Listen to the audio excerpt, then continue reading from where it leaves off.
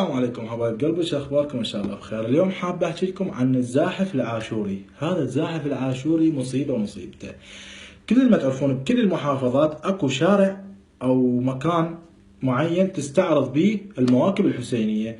فبهذا الشارع دائما منا جهه النساء او منا الرجال او منا النساء ومنا الرجال نفس الشيء. المهم انه اكو فرق بين مكان النساء وبين مكان الرجال. دائما هذا الزاحف العاشوري وين يوقف؟ يوقف بجهه الرجال.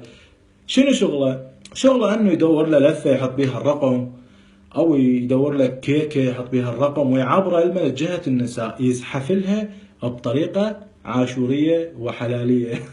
حلاليه حلوه هاي. يزحف لها بطريقه عاشوريه، يعني يزحف لها كانما هو دا يخدم الحسين، كانما دا يسوي فد انجاز عظيم هو. فيا حبيبي يا زاحف يا عاشوري، خذ روحك بهاي الايام. يمكن على المشايه يمكن 40 يوم هذا الشهر العظيم. مشي شويه، كب نفسك بيه، عوف الزحف، عوف تقابل البنات وتقعد او تشمر ارقام ومدري شنو. هذا شهر عظيم، خلينا نمشي حلوين. ترى انا واقف بالنص اصور، الاكثريتهم يعرفون انه انا اصور، فواقف بالنص فاشوفك الله وكيلك واصورك. هاي شغله. اكو شغله ثانيه عند اصحاب يعني البعض، حتى واحد ما يظلم بخته وما يظلم اخوانه.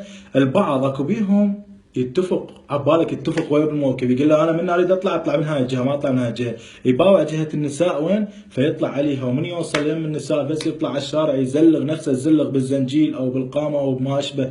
طبعا البعض مو الكل، البعض مو الكل، حتى ما نظلم بختنا. اكو شباب طالعه من اجل الحسين على عيني وعلى راسي، بس اكو بعض بيهم هيك شويه، هذول ما يكذون ارواحتهم، هذول زاحف عاشوري وزاحف متدين. ويا رب تكذبون ارواحتكم بهاي ال10 ايام.